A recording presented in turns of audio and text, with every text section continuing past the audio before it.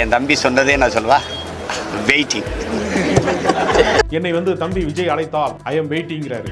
வெயிட்டிங்லேயே தான் இருக்கணும், வரவே முடியாது அந்த பக்கம். சமீபத்திலே எடப்பாடி பழனிசாமி அவர்களுடைய 70வது பிறந்தநாள் விழா நடந்தது. அந்த பிறந்த நாளினுடைய வாழ்த்து தெரிவிப்பதற்காக வேண்டி விஜய் அவர்கள் வாழ்த்து தெரிவிக்கிற போது அதற்கு அவர் நன்றி தெரிவிக்கிறார் என்கிற செய்தி வந்தது. பாஜககாரர்களும் வாழ்த்து தெரிவிப்பதற்கு கடுமையாக முயற்சி செய்திருக்கிறார்கள். பாஜககாரை நம்மளை வாழ்த்துனா கூட நாசமாத்தான் போவோம்னு எடப்பாடி பழனிசாமி அச்சா போடுறாரு. எடப்பாடி பழனிசாமிக்கும் விஜயினுடைய அந்த தமிழக வெற்றி கழகத்திற்கும் ஒரு கூட்டணி உடன்பாடு ஏற்படுவதற்கான சாத்தியம் இருக்கு.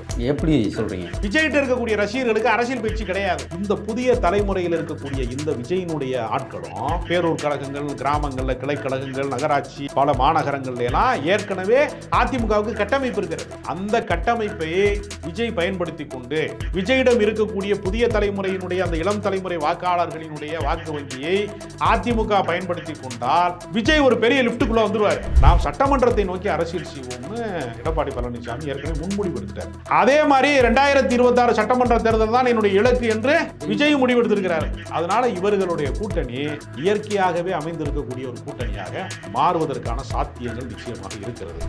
26 அதிமுகவுடைய வியூகம் இப்பவே ஆரம்பிச்சிருச்சுன்னு சொல்றீங்களா? நிச்சயமா ஆரம்பித்து விட்டது. ஏனென்றால் திமுகவினுடைய கூட்டணியில இருக்கிறவர்கள் கூட அணி மாறுவதற்கான சாத்தியம் இருக்கிறது.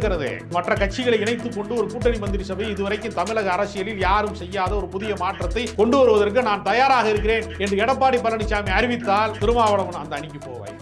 தமிழக வாழ்வுரிமை கட்சியை சார்ந்த வேல்முருகன் போன்றவர்கள் அங்கு போக வாய்ப்பு இருக்கிறது. கார்ப்பரேட் மயம் சார்ந்த அரசியலில் ஒரு கருத்து முரண்பாடு ஏற்பட்டால் கம்யூனிஸ்ட் கட்சிகள் அந்த பக்கம் போவதற்கு வாய்ப்பு இருக்கிறது. இந்த சாத்தியங்களை எல்லாம் பொய்த்து போக செய்ய வேண்டும் என்றால் இதைவிட பெரிய வியூகத்தை திமுக வகுக்க வேண்டும். திமுக வெளிப்படையாமல் கண்ணு கெட்டிய தூரம் வரைக்கும் எதிரிகளே இல்லை என்று அவர்கள் தங்களுக்கு தாங்களே கருதி கொண்டால் இந்த போன்ற ஒரு மாற்று அணி உருவாகி அதிகாரத்திலே இருந்து இவர்கள் அப்புறப்படுத்துவதற்கான சூழ்நிலை மாறும்.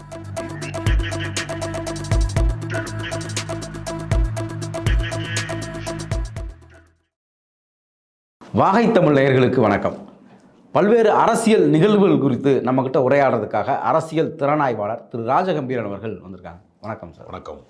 எடப்பாடி பழனிசாமிக்கு நடிகர் விஜய் வாழ்த்து தெரிவிக்கிறாரு, அதுக்கு அவர் நன்றி தெரிவிக்கிறாரு. விஜயுடைய தமிழக வெற்றி கழகத்துடைய மாநாட்டுக்கு அழைப்பு வந்தால் நான் போவேன் அப்படின்னு இன்னைக்கு சீமான் பேட்டி கொடுக்குறாரு. இந்த சீமான், விஜய், எடப்பாடி பழனிசாமி இவங்களுக்கு இடையில் எதுவும் அரசியல் உரையாடல்கள் எதுவும் நிகழ்தான்? சமீபத்திலே எடப்பாடி பழனிசாமி அவர்களுடைய 70வது பிறந்தநாள் விழா நடந்தது. அந்த பிறந்த நாளினுடைய வாழ்த்து தெரிவிப்பதற்காக வேண்டி விஜய் அவர்கள் வாழ்த்து தெரிவிக்கிற போது அதற்கு அவர் நன்றி தெரிவிக்கிறார் என்கிற செய்தி வந்தது. பாஜககாரர்களும் வாழ்த்து தெரிவிப்பதற்கு கடுமையாக முயற்சி செய்திருக்கிறார்கள்.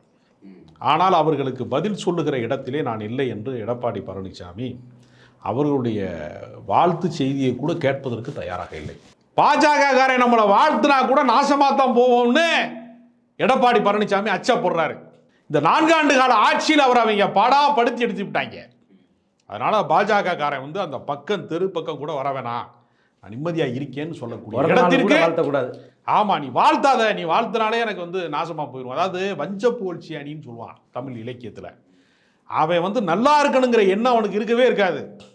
அவன் எப்படியாவது நாசமா போகணுங்கிறதுக்காகவே சில பேர் சொல்லுவான் தெரியுமா, என்னப்பா நல்லா இருக்கியா அப்படின்னு கேட்பான். அதுக்கு என்ன அர்த்தம்னா, நீனா நல்லா இருந்துருவியா அப்படின்னு சில பேர் உள்ளுக்குள்ள வேற ஒரு பிரார்த்தனை கூட இருப்பான். நல்லா இருக்கான் போல இருக்கே அப்படின்னு கேட்பான். இந்த நலம் விசாரிப்பது மாதிரி தெரியும், அவன் நல்லா இருக்கக்கூடாதுன்னு அவனுடைய நோக்கமாக இருக்கு. அதனால பாஜக நம்மை வாழ்த்தவே வேணாம் அப்படிங்கிற இடத்துக்கு எடப்பாடி பழனிசாமி அவர்கள் வந்துவிட்டார்கள்.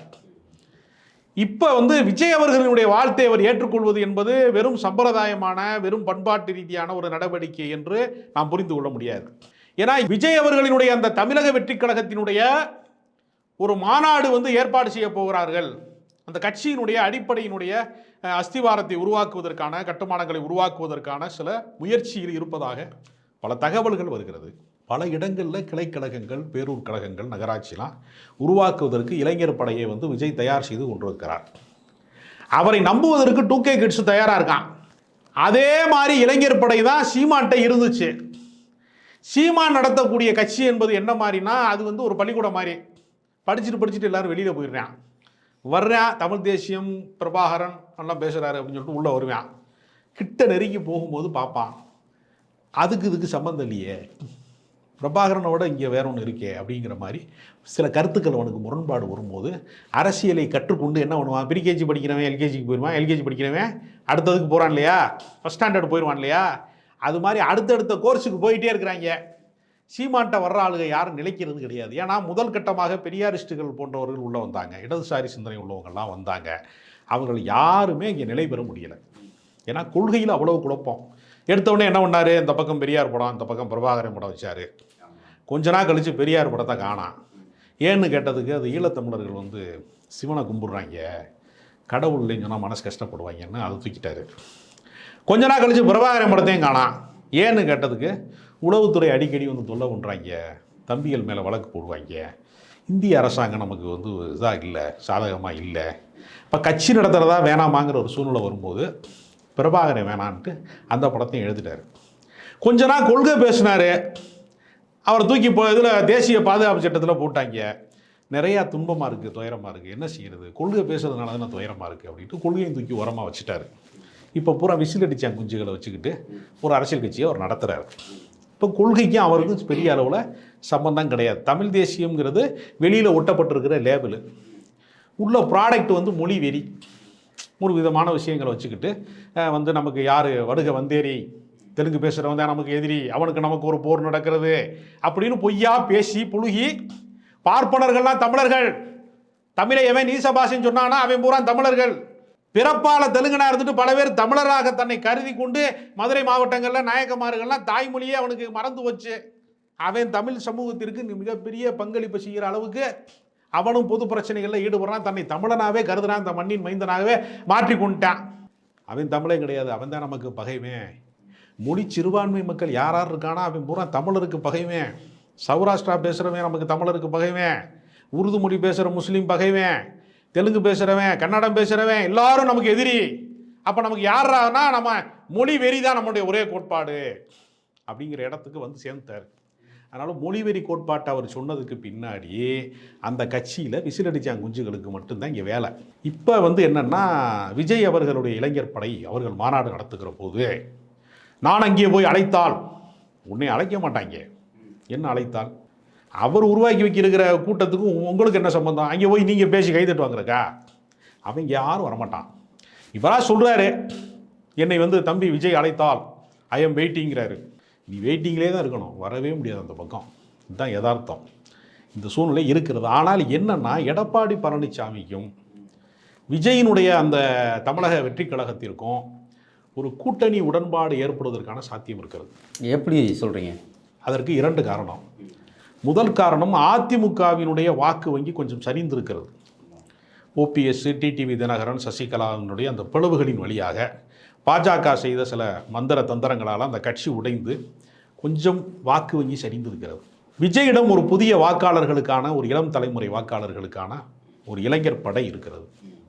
அந்த வாக்கு வங்கியை அதிமுக தன்னோடு இணைத்து கொண்டால் வாக்கு சதவீதம் உயர்வதற்கு வாய்ப்பு இருக்கிறது. ஒன்று, கண்டிப்பாக விஜய் அவர்களுக்கு இதில் என்ன ஆதாயம்னா, அதிமுகவினுடைய கூட்டணி அமைஞ்சா என்ன ஆதாயம்னா, விஜய் அவர்களுக்கு அவருடைய அந்த மன்றத்தை சார்ந்தவர்களுக்கு நேரடி அரசியல் பயிற்சி கிடையாது.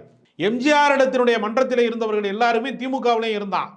எப்படி தேர்தல் நடத்த வேண்டும், எப்படி பூத் ஏஜென்ட் இது பண்ணணும், எப்படி மக்களை சந்திக்கணும், எப்படி பொதுக்கூட்டம் போடணும், எப்படி மாநாடு நடத்தணும், எப்படி வந்து கட்சிக்கு பேரணி நடத்தணும், எப்படி ஆர்ப்பாட்டம் நடத்தணும், சிறை நிரப்பும் போராட்டம் நடத்தணும், எல்லாமே அவனுக்கு தெரியும். ஏன்னா அரசியல் பயிற்சி பெற்றவன். எம்ஜிஆருக்கு இருந்த ரசிகர்கள் வந்து அரசியல் பயிற்சி பெற்றவன். விஜய்கிட்ட இருக்கக்கூடிய ரசிகர்களுக்கு அரசியல் பயிற்சி கிடையாது. 2K kids. அப்போ அவன் வந்து என்னன்னா வாட்ஸ்அப்பில் வந்தது வரலாறு, அவன் வகைராவை சேர்ந்தவன். இப்போ இவங்க என்ன செய்கிறாங்கன்னா, இந்த புதிய தலைமுறையில் இருக்கக்கூடிய இந்த விஜயினுடைய ஆட்களும் ஏற்கனவே அரசியல் பயிற்சி பெற்றவன். பேரூர் கழகங்கள், கிராமங்களில் கிளைக்கழகங்கள், நகராட்சி, பல மாநகரங்கள்ல எல்லாம் ஏற்கனவே அதிமுகவுக்கு கட்டமைப்பு இருக்கிறது. அந்த கட்டமைப்பை விஜய் பயன்படுத்தி கொண்டு விஜயிடம் இருக்கக்கூடிய புதிய தலைமுறையினுடைய அந்த இளம் தலைமுறை வாக்காளர்களினுடைய வாக்கு வங்கியை அதிமுக பயன்படுத்தி கொண்டால் விஜய் ஒரு பெரிய லிஃப்ட்டுக்குள்ளே வந்துடுவார். அதற்கான சாத்தியங்கள் இருக்கிறது. அதுபோக எடப்பாடி பழனிசாமி ஒரு 8வது வள்ளலாக எம்ஜிஆரை போல வந்து செலவு செய்யக்கூடியவராக இருக்கிறார் என்று அவரிடத்திலே பயன் பெற்றவர்கள் பல பேர் நம்ம இடத்துல சொல்லியிருக்கிறார். நமக்கு அவருக்கு நேரடி தொடர்பு கிடையாது. அவரோடு உறவாடியவர்கள், அவரோடு இன்னும் இப்போ தொடர்ச்சியில் இருக்கிறவர்கள் பல பேர் என்ன சொல்கிறாங்கன்னா, அவர் நாடாளுமன்ற தேர்தலில் கணக்கை வைக்கவே இல்லை, ஏன்னா அவருக்கு வந்து எந்த கூட்டணியிலையும் அவர் இல்லை. அவர் பாஜகவையும் எதிர்க்கிறாரு. எதிர்த்தா இந்தியா கூட்டணியிலையும் அவர் இருக்க முடியல. திமுக இருக்கிறதுனால அவரால் இருக்க முடியல. ஒரு மாநில கட்சியாக இருக்கும் பட்சத்தில் வாக்கு வங்கியை நிரூபித்தால் போதும், 2வது இடம் கிடைத்தாலே போதும். ஒரு சில எம்பிக்கள் கிடைத்தால் அதிர்ஷ்டம், கிடைக்கலைன்னா ரொம்ப நல்லது. நாம் சட்டமன்றத்தை நோக்கி அரசியல் செய்வோம்னு எடப்பாடி பழனிசாமி ஏற்கனவே முன்முடிவு எடுத்துட்டார். அதே மாதிரி 2026 சட்டமன்ற தேர்தல் தான் என்னுடைய இலக்கு என்று விஜய் முடிவெடுத்திருக்கிறார். அதனால இவர்களுடைய கூட்டணி இயற்கையாகவே அமைந்திருக்கக்கூடிய ஒரு கூட்டணியாக மாறுவதற்கான சாத்தியங்கள் நிச்சயமாக இருக்கிறது. இந்த பக்கம் சீமான் பக்கம் போறதுல விஜய் உடன்பட மாட்டார். இல்லை, அதுதான் எனக்கும் என்ன கேள்வினா, இவர் ஒரு மொழிவெறி பேசுகிறாரு, சமூகத்தில் நிறைய மக்கள்களை வந்து புறக்கணிச்சிட்டு அரசியலை பேசுகிறாரு. இப்போ விஜயுடைய மன்றத்தில் விஜயை நம்பி வரக்கூடிய அந்த முதல் தலைமுறை வாக்காளர்களில் இவர் புறக்கணிப்பாக எதிரிகளாக கட்டமைக்கக்கூடிய சமூகங்களை சேர்ந்தவர்கள் எக்கச்சக்கமான பேர் இருப்பாங்க. இப்போ இவரை சேர்க்கிறப்ப அது விஜய்க்கு இழப்பாக தானே போகும். ஆனால் எந்த நம்பிக்கையில் இவர் பேசுகிறாரு? இல்லை, விஜய் அவர்கள் வந்து சீமானை வந்து ஒரு பெரிய சக்தியாக கருதி கொண்டு அவர் அப்படி ஒருவேளை யாராவது அவருக்கு அரசியல் ஆலோசகர் என்கிற பேரில் யாராவது அப்படி ஒரு ஆலோசனை சொன்னான் கூட விஜயின் தலைமையை சீமான் ஏற்பாரா? சீமானுக்கு என்ன நோக்கம்? கூட்டணியே கூடாது. ஏன் கூட்டணி கூடாது? அவன் சட்டமன்றத்தை கைப்பற்றணும், நாடாளுமன்றத்தை கைப்பற்றணும், மக்கள் மன்றத்தில் வந்து மிகப்பெரிய இடத்துல அரசியல் அதிகாரத்தை அடையணுங்கிறவன் தான் கூட்டணியை பற்றி சிந்திப்பான். இந்த மாதிரி எந்த நோக்கமே அவர் கிடையாது இல்லையா? சீமானுக்கு என்ன நோக்கம் இருக்கிறது? அதாவது காற்றோடு கத்தி சண்டை போடுவது மாதிரி ஏதோ ஒரு ஈழ அரசியலை பேசுவோம், மொழியை பற்றி பேசுவோம், நம்முடைய முன்னோர்கள் எவ்வளோ பெரிய மகத்தானவர்கள் தெரியுமா அப்படின்னு பழம் பெருமை பேசுவோம், சாதி பெருமைக்கு பதிலாக குடி பெருமை பேசுவோம், பழந்தமிழர் பெருமை பேசுவோம் என்று அவர் பேசி கொண்டிருக்கிறாரே தவிர அவர் நேரடி அரசியல் களத்தில் எல்லாரையும் அரவணைத்து போகிற அரசியல் களத்திற்குள்ள அவர் இன்னும் வரவே இல்லை. தமிழ்நாட்டுக்குள்ளேயே வேறு மொழி பேசுகிறவர்களை எதிரின்னு சொன்னால் அந்த வாக்காளர்கள் எப்படி உனக்கு ஓட்டு போடுவான்? இதை யாராவது இதற்கு முன்னால் இருந்த தலைவர்கள் யாராவது செய்திருக்கிறார்களா? யாருமே இல்லை. எல்லாரையும் அரவணைத்து அனைவருக்கும் உங்களுக்கு நான் பாதுகாவலனாக இருப்பேன். இப்போ கலைஞர் என்ன சொல்லுவார்? சிறுபான்மை மக்களுக்கு நான் தான் பாதுகாவலன், ஒடுக்கப்பட்ட மக்களுக்கு நானும் ஒடுக்கப்பட்டவன் தான் சொல்லுவார் இல்லையா? எந்த சமூகத்தினுடைய அரசியலுக்குள்ளே போனாலும் உங்களில் ஒருவனாகத்தான் நான் இருக்கேன்னு சொல்லுவார். சீமான் சொல்லுவாரா? சொல்ல மாட்டார். அவர் வடுக வந்தேரி அப்படி இப்படின்னு அரசியலில் பேசுகிறாங்க. அப்போ வந்து இப்படி அரசியல் பேசுகிறவர்களுக்கு எப்படி வாக்கு வங்கி வரும்? சரி, இவர் தமிழர்கள்னு பார்ப்பனர்கள் அங்கீகரிக்கிறார்ல, பார்ப்பனர்கள் வந்து சீமான் தலைமை ஏற்பார்களா? எல்லாரும் ஏற்றுக்கொள்வார்களா? ஒரு ஓட்டு மயிலாப்பூரில் நின்று சீமான் ஜெயிச்சிருவாரா? அவரை தமிழர்கள் என்று ஒப்புக்கொண்ட முதல் மனிதர் இவர் தான். வரலாற்றில் எந்த ஆய்வாளர்களும் ஒப்புக்கொள்ளாத ஒரு அதிசயத்தை, பார்ப்பனர்களையே தமிழர்கள் என்று அறிவித்த ஒரு உலகத்தினுடைய மாபெரும் வந்து மொழி விஞ்ஞானியாக இருக்கக்கூடிய சீமான் அவர்கள் மயிலாப்பூரில் நின்று ஜெயிச்சிருவாரா? செய்ய முடியாதுல்ல. அப்போ உன்னை யாருமே ஏற்றுக்கொள்ள மாட்டான். திராவிட அரசியலினுடைய ஒரு தொடர்ச்சியாகத்தான் அவர் தொடக்கத்தில் இருந்தார். பெரியாரிய மேடைகளில் தான் அவர் அடையாளம் பெற்றார். அவர் மேலே வந்தவொன்னே அவர் செஞ்ச முதல் வேலை என்ன? பெரியாரினுடைய தத்துவங்களை காலி செய்கிறது. திராவிடத்தால் வீழ்ந்தோம்னாரு. ஆரியம் திராவிடம் ரெண்டுமே பொய்ங்கிறாரு. அப்போ வந்து ஆரியம் எப்படி பொய்யா இருக்க முடியும்? ஆரியம் பொய்யாக இருக்க முடியாது. இன்றைக்கு வரைக்கும் உச்ச நீதிமன்ற நீதிபதிகளில் இருந்து, இன்றைக்கு வரைக்கும் இடஒதுக்கீட்டில் இருந்து, சமூக நீதியிலிருந்து அத்தனையுமே அவர்கள் ஆதிக்கத்துக்கு எதிரானது தான். அந்த சமூகத்திலே, ஆரிய சமூகத்திலே பிறந்தவர்களே பிற்படுத்தப்பட்ட ஒரு அரசியலை கையில் எடுக்கிறாங்க. காங்கிரஸ் கட்சியினுடைய இளம் தலைவராக இருக்கக்கூடிய ராகுல் காந்தி பிற்படுத்தப்பட்ட ஒரு அரசியலை கையில் எடுக்கிறாரு. ஆனால் இவர் சொல்கிறாரு ஆரியர்கள் வந்து தமிழர்கள், அவர்கள் வந்து சிறந்தவர்கள்னு இவர் சொல்கிறாரு. அப்போ அவருக்கு கொள்கை குழப்பம் இருக்கிறது. அவருக்கு வந்து அவர் வந்து பெருஞ்சித்தனார் பேசிய தமிழ் தேசியத்தை அவர் பேசவில்லை. அவர் வந்து பாரதிதாசன் பேசிய தமிழ் தேசியத்தை அவர் பேசவில்லை. அவர் பேசுகிற தமிழ் தேசியம் என்பது ஈழத்தமிழர்களுக்கு பிடித்த ஒரு அரசியலை அவர் பேசுகிறார். அதனால் சைவத்தை அவர்கள் பின்பற்றுகிறார்கள் ஈழத்தமிழர்கள். அப்படின்னா சீமான் என்ன சொல்கிறாரு? நான் ஒரு சைவண்டா அப்படிங்கிறாரு. வீர சைவண்டா அப்படிங்கிறாரு. அப்போ ஏன் அப்போ வைணவர்கள்லாம் ஓட்டு போட வேணாமா? நான் என்ன கேட்குறேன்னா, இந்து சமயம் என்று சொல்வது பிரிட்டிஷ்காரன் கொடுத்த பெயர் இந்து என்பது. அது ஒரு அரசியல் சொல்லாடலே தவிர உண்மையிலே சமயம் என்று வந்தால் அது சைவம், வைணவம். அப்போ வைணவத்தை பின்பற்றக்கூடியவர்கள் யாராக இருந்தாலும் சரி, நாம் தமிழர் கட்சிக்கு வாக்களிக்காதீர்கள் அப்படின்னு சீமான் அறிவிக்க தயாரா? அது பண்ண மாட்டார். செய்ய மாட்டார் இல்லையா? தாய் மதத்துக்கு திரும்புங்கன்னு சிறுபான்மை மக்களை பார்த்து கேட்குறாரு. அவனே இங்கே இருக்கக்கூடிய இந்த சமயத்தில் இருக்கக்கூடிய தீண்டாமையையும் இங்கே இருக்கக்கூடிய ஆதிக்கமும் வேணான்னு வெளியேறி இருக்கான். அவனை போய் தாய் மதத்துக்கு திரும்புங்கன்னா இது ஆர்எஸ்எஸ்ஸின் குரல் அல்லவா? அது ஆர்எஸ்எஸ்ஸின் குரலில் வந்து நீங்கள் மொழியின் சாயலில் பேசினா நம்பிடுவாங்களா எல்லாரும்? அதனால் சீமானுடைய அரசியலை வந்து ஒருபோதும் வந்து ஏற்றுக்கொள்கிற இடத்துல நிச்சயமாக விஜய் வரமாட்டார். அதற்கு காரணம் சித்தாந்தம் மட்டுமல்ல. அவருக்கு என்ன சித்தாந்தம் இருக்குன்னு அவர் இன்னும் அறிவிக்கலை. அவர் அம்பேத்கரை படியுங்கள், காமராசரை படியுங்கள்லாம் சொல்லிட்டாரு. இருந்தாலும் அவருடைய சித்தாந்தம் என்ன, கொள்கை என்ன, கோட்பாடு என்னன்னு அவர் அறிவிக்கலை. அவருக்கு ஒரு மக்கள் திரட்சி வரும், இளைஞர்கள் கூட்டம் வரும். அந்த கூட்டத்தை கொண்டு நாம் தமிழர் கட்சியில் எப்படி சேர்ப்பார் அவர்? ஒரு உரைக்குள் எப்படி 2 கத்தி இருக்க முடியும்? அதனால் எடப்பாடி பழனிசாமியோடு ஒருவேளை விஜய் கூட்டணி சேர்ந்தால் அவருக்கு ஒரு இரட்டை ஆதாயம் இருக்கிறது. அப்போ 26 அதிமுகவுடைய வியூகம் இப்போவே ஆரம்பிச்சிருச்சுன்னு சொல்கிறீங்களா? நிச்சயமாக ஆரம்பித்து விட்டது. ஏனென்றால் திமுகவினுடைய கூட்டணியில் இருக்கிறவர்கள் கூட அணி மாறுவதற்கான சாத்தியம் இருக்கிறது. தொடர்ச்சியாக பாட்டாளி மக்கள் கட்சி திமுகவின் கதவை தட்டி கொண்டே இருக்கிறது. திருமாவளவன் இருக்கிறார் என்கிற காரணத்தினால அவர்கள் உள்ளே வரவில்லை. இப்போ திருமாவளவன் நாளைக்கு அதிருப்தி ஏற்படுகிறது. அவர் இப்போ திருமாவளவன் எதற்காக திமுக ஆதரிக்கிறார்? சனாதன எதிர்ப்புக்காக ஆதரிக்கிறார். அப்போ பாஜகவை வீழ்த்த வேண்டும் என்கிற ஒற்றை நோக்கத்திற்காக தான் திருமாவளவன் வந்து திமுகவை ஏற்கிறாரு. இப்போ பாஜக வருகிற 4ஆம் தேதி தேர்தல் ரிசல்ட் வந்ததற்கு பின்னால் பாஜக வீழ்த்தப்பட்டு விட்டது, அதிகாரத்திலிருந்து அகற்றப்பட்டு விட்டது என்கிற நிலைமை வந்தால் திருமாவளவனுடைய அரசியல் நிலைப்பாடு என்னவாக இருக்கும் என்றால், பொது தொகுதி நமக்கு தரவில்லை, கூடுதல் தொகுதி நம்ம கேட்ட தொகுதியை தரவில்லை, நம்மளுடைய அரசியல் கட்சி அடுத்த கட்டத்திற்கு அங்கீகரிக்கப்பட வேண்டும் என்றால் கூடுதல் தொகுதி வேண்டும் என்கிற கோரிக்கையை டிமாண்ட் வைப்பார். இந்த கோரிக்கை ஏற்கப்படாத பட்சத்தில் அதிமுக கூட்டணிக்கு போவதற்கு வாய்ப்பு இருக்கிறது. இப்போ சிறிய கட்சிகளுக்கு பாஜக வீழ்த்தப்பட்டுருச்சுன்னா அவங்களுடைய அரசியல் எதிர்காலத்துக்கான அரசியல் நிலைமை மாறும். மாநில கட்சிகளை பொறுத்தவரையில் அரசியல் நிலைப்பாடு மாறும். இந்த நிலைப்பாட்டின் வழியாக அதிமுகவினுடைய வாக்கு வங்கி உயர்வதற்கும், ஒருவேளை கூட்டணி மந்திரி சபை அமைப்பதற்கு நான் தயாராக இருக்கிறேன், நான் மற்ற கட்சிகளை இணைத்து கொண்டு ஒரு கூட்டணி மந்திரி சபை இதுவரைக்கும் தமிழக அரசியலில் யாரும் செய்யாத ஒரு புதிய மாற்றத்தை கொண்டு வருவதற்கு நான் தயாராக இருக்கிறேன் என்று எடப்பாடி பழனிசாமி அறிவித்தால் திருமாவளவன் அந்த அணிக்கு போக வாய்ப்பு இருக்கிறது. தமிழக வாழ்வுரிமை கட்சியை சார்ந்த வேல்முருகன் போன்றவர்கள் அங்கு போக வாய்ப்பு இருக்கிறது. அப்போ ஒருவேளை கார்ப்பரேட் மயம் சார்ந்த அரசியலிலே ஒரு கருத்து முரண்பாடு ஏற்பட்டால் கம்யூனிஸ்ட் கட்சிகள் அந்த பக்கம் போவதற்கு வாய்ப்பு இருக்கிறது. இதெல்லாம் ஒரு யூகம்தான். இதெல்லாம் இப்போ நான் ஜோசியக்காரனா என்னை கேட்கக்கூடாது. இந்த சாத்தியங்கள் எல்லாம் இருக்கிறது. இந்த சாத்தியங்களை எல்லாம் பொய்த்து போக செய்ய வேண்டும் என்றால் இதைவிட பெரிய வியூகத்தை திமுக வகுக்க வேண்டும். திமுக வெளிப்படையாமல் கண்ணு கெட்டிய தூரம் வரைக்கும் எதிரிகளே இல்லை என்று அவர்கள் தங்களுக்கு தாங்களே கருதி கொண்டால் இந்த போன்ற ஒரு மாற்று அணி உருவாகி அதிகாரத்திலே இருந்து இவர்கள் அப்புறப்படுத்துவதற்கான சூழ்நிலை மாறும் என்கிற அரசியல் எச்சரிக்கையை நான் சொல்ல விரும்புகிறேன்.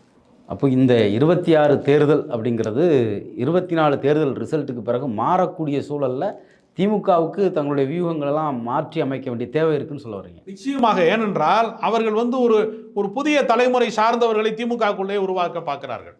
இப்போ உதயநிதியை அவர்கள் தலைமைக்கு முன்னிலைப்படுத்துவதற்கான முயற்சிகள் தொடங்குகிற போது ஒவ்வொரு திமுகவினுடைய மாவட்ட செயலாளர்கள் வீடுகளிலும் வேட்பாளராக அவர்கள் பிள்ளைகளை அவர்கள் நிறுத்துகிறார்கள். அப்போ திமுகவில் பாரம்பரியமாக நீண்ட காலமாக பணியாற்றுகிறவர்கள் பல பேர் இதை உள்குள்ளே உட்கட்சிக்குள்ளே விரும்புவார்களா என்கிற கேள்வி இருக்கிறது. அதனால் கட்சி மாற்றம் என்பது எப்பொழுதுமே என்னவாக இருக்கும்னா, கட்சிக்காரர்கள் ஏற்றுக்கொள்வதில் சிரமம் இருக்கும், அவர்கள் வெளிப்படுத்த முடியாத கருத்தை பொதுமக்கள் ஏற்பார்களா என்கிற கேள்வி இருக்கிறது. தந்தை பெரியார், பேரறிஞர் அண்ணா, கலைஞர் என்கிற தொடர்ச்சியை அடைவதற்கு, அடுத்த தலைமையை அடைவதற்கு ஸ்டாலினுக்கு மிக நீண்ட பயணம் தேவைப்பட்டிருக்கிறது. ஸ்டாலின் அவர்கள் திடீரென்று ஒரு நாள் தலைவராகிவிடவில்லை. அவர் எமர்ஜென்சியிலே புதுமாப்பிள்ளையாக இருந்த காலத்திலேயே எமர்ஜென்சியிலே கைது செய்யப்பட்டு சிறையிலே சித்திரவதைக்கு ஆளாக்கப்பட்டு அரசியலுக்கு ஒரு நெருக்கடி காலத்திலே உருவானவர். அவர் எடுத்தெடுப்பிலே வரவில்லை. அவர் மிக நீண்ட பயணம் செய்து அவர் மேயராக இருந்திருக்கிறார், உள்ளாட்சித்துறை அமைச்சராக இருந்திருக்கிறார், சட்டமன்ற உறுப்பினராக இருந்திருக்கிறார், கட்சி பொருளாளர். அப்போ ஏறத்தாழ அவருக்கு ஒரு 67-68 வயது வருகிற வரைக்கும் மிக நீண்ட பயணத்திலே இருந்து தான் அவர் முதலமைச்சருக்கு வருகிறார். 44 வயசுலேயே கலைஞர் முதலமைச்சர் ஆயிட்டார். ஆனால் ஸ்டாலின் அவர்களுக்கு 60 வயது கடந்து ஏறத்தாழ பிற்பகுதியில் 60களின் பிற்பகுதியில் தான் அவரால் வர முடிந்தது. அப்போ மிக நீண்ட பயணம் இருக்கிறது. அந்த நீண்ட பயணம் இந்த அரசியல் இயக்கத்துக்கு தேவையாக இருக்கிறது. அதனால் திமுக போன்ற மிக நீண்ட சித்தாந்த ரீதியாக, சமூக நீதி ரீதியாக, மொழிவழி கோட்பாட்டு ரீதியாக ஒரு பேர் இயக்கமாக இருக்கும் பட்சத்திலே உதயநிதி போன்றவர்களை முன்னிலைப்படுத்துவதிலே வரலாற்று பூர்வமாக அந்த இடத்தை அவர் நிறைவு செய்வாரா என்கிற கேள்விக்கு காலம்தான் பதில் சொல்ல வேண்டும். அவர் வரக்கூடாது என்கிற எண்ணத்திலே நான் சொல்லவில்லை. காழ்ப்புணர்ச்சியோடோ அவரெல்லாம் வருவதா என்கிற வன்மத்தோடு நான் இதை சொல்லவில்லை. அதை அவர் பூர்த்தி செய்வதற்கு மிகப்பெரிய சவால்கள் காத்திருக்கிறது. அந்த பயணத்திலே வெற்றி பெறுவது என்பது எளிதல்ல. ஒரு சினிமா நடிகன் ஒரு கூட்டத்தை கிளப்புவதன் மூலமாக வாக்கு வங்கியை சரித்து விடக்கூடிய வாய்ப்பும் இருக்கிறதுல. இப்போ வைகோ அவர்கள் கட்சி ஆரம்பிக்கிற போது மிகப்பெரிய எழுச்சி இருந்தது. அது எனக்கு கல்லூரி காலமாக இருந்தது. அப்போ வைகோவினுடைய எழுச்சியை நான் பார்த்தவன். அவர் நின்றால் மாநாடு நடந்தால் பேரணி என்றுக்கிறத நான் பார்த்தவன் கண்ணால். பெரும் கூட்டம். மதுரையில் முதல் மாநாடு நடந்தபோது மாலை நேரம் கூடிய அந்த பேரணி விடிய விடிய போய்கிட்டே இருந்துச்சு. ஒரு மதிமுக காரணம் என்கிட்ட சமீபத்தில் கேட்டான், அந்த கூட்டம்லாம் எங்கே போச்சுன்னே தெரியலனே, போய்கிட்டே இருந்தாங்க, எங்கே போனாங்கன்னே தெரிலன்னு. ரஜினிகாந்த் கட்சி ஆரம்பிக்கிறாரு, வரப்போறாரு என்கிற ஒரு சின்ன ஒரு யூகத்தின் வழியாக மதிமுகவை கலைந்து விட்டது. 96 தேர்தல். ஆமாம், 96 தேர்தல்களில் மதிமுகவினுடைய வீழ்ச்சி எங்கே தொடங்கியதுன்னா, ரஜினிகாந்த் அரசியலுக்கு வரப்போகிறார் என்கிற தகவல் உண்மை என்று நம்பியதுனால வைகோவுக்கு பின்னால் வந்த ஒரு பெருங்கூட்டத்தினுடைய ஒரு பாதி கூட்டம் இங்கே போயிட்டான். போனதன் விளைவு என்னாச்சு? மதிமுக கரை சேரவே இல்லை. கடைசியில் வாரிசு அரசியலுக்காக வாழ்நாள் முழுக்க முழக்கமிட்ட கட்சி துரை வைகோட்டை நிற்கிது. அந்த கட்சி முடிந்து விட்டது, அந்த இடத்திற்கு வந்து விட்டது. அந்த இடத்திற்கு வருவதற்கு எல்லா கட்சிகளுக்கும் ஒரு அபாயகரமான சூழல் இங்கே இருக்கிறது. அதனால் அரசியலில் வெல்வது என்பது அவ்வளவு எளிதல்ல. கட்சி அங்கீகரிக்கலாம், தலைமை அங்கீகரிக்கலாம், மக்கள் அங்கீகரிப்பார்களா என்கிற சவால் இருக்கிறது ஒவ்வொரு கட்சிக்கும். எதிர்கட்சிகளுடைய வியூகங்கள் இருக்கிறது. மற்ற சிறு கட்சிகளை அரவணைத்து போகிற பண்பு இருக்குல்ல, அது எதிர்காலத்திலே ஒரு சூழல் மாறும். அரவணைத்து போனால்தான். ஏன்னா 10 தொகுதிகள் இந்திய கம்யூனிஸ்ட் கட்சிக்கும் மார்க்சிய கம்யூனிஸ்ட் கட்சிக்கும் விடுதலை சிறுத்தைகளுக்கும் கலைஞர் காலத்தில் வழங்கப்பட்ட தொகுதியை 6 தொகுதியை மாற்றினாங்கல்ல போன சட்டமன்ற தேர்தல். 2011 தேர்தல் வரைக்கும் சிறு கட்சிகளுக்கு ஒரு பெரிய அரசியல் வெளி இருந்துச்சு. ஆமாம், அந்த போக்கு இப்பொழுது மோசமாகி விட்டது இல்லையா? அப்போ சிறு கட்சிகளுக்கான அங்கீகாரங்களை மாற்றுக் கட்சிகள் தருவார்கள் என்று சொன்னால் அணிகள் வலிமை அடைவதற்கோ மாறுவதற்கோ கூட சாத்தியங்கள் இருக்கிறது என்று நான் நினைக்கிறேன். இந்த வியூகங்களை எல்லாம் புரிந்து கொண்டால்தான் திமுக எதிர்காலத்திலே நடைபெற முடியுமே தவிர, இன்றைக்கு அதிகாரத்திலே இருக்கிற போது யார் வேண்டுமானாலும் பளபளப்பாக தெரியலாம். அதிகாரம் இல்லாத நேரத்திலே நீங்கள் என்னவாக இருக்கிறீர்கள் என்கிறதான் அரசியலுடைய உண்மையான முகம். அதாவது ராமகிருஷ்ண பரமஹம்சரின்னு ஒரு கதை உண்டு. அவர் ஒரு முறை என்னன்னா, அந்த காலத்தில் சாமி ஊர்வலங்கள்லாம் போகும் இல்லையா, அது ஒரு கழுதை மேலே ஒரு சாமி ஊர்வலம் போயிருக்கு. எல்லாரும் விழுந்து விழுந்து கும்பிட்டுருக்கான். கழுதை நினச்சிருக்கு நம்மளை தான் கும்பிட்றாங்க அப்படின்னு கழுதை நினச்சிருக்கு. சாமி ஊர்வலம் முடிஞ்சு கொண்டு போய் ஒரு எடுத்துக்காட்டுக்காக சொல்கிறேன், பிள்ளையாரை கொண்டே குளத்தங்கரையில் வச்சுட்டாங்கன்னு வச்சுங்க. திரும்பி கழுதை வந்திருக்கு, ஒருத்தன் கூட கண்டுக்கல. அந்த கழுதை நினச்சிச்சான், அந்த ஊரில் இருக்கிறவங்க ஊரா நன்றி கட்டவங்க, வரும்போது நம்மளை விழுந்து விழுந்து கும்பிட்டாங்க, போகும்போது யாருமே கண்டுக்கலன்னு. அதிகாரத்தில் இருக்கும்போது எல்லாருக்குமே மரியாதை கிடைக்கும். அதிகாரத்தை இழந்ததற்கு பின்னால் மக்கள் மன்றத்திலே நாம் யாராக இருக்கிறோம் என்பதுதான் நம்முடைய இடத்தை உறுதி செய்யும். பல்வேறு அரசியல் சூழல்கள் குறித்து விரிவாக நமக்கு ஒரு உரை கொடுத்த திரு ராஜகம்பீரன் அவர்களுக்கு நன்றி.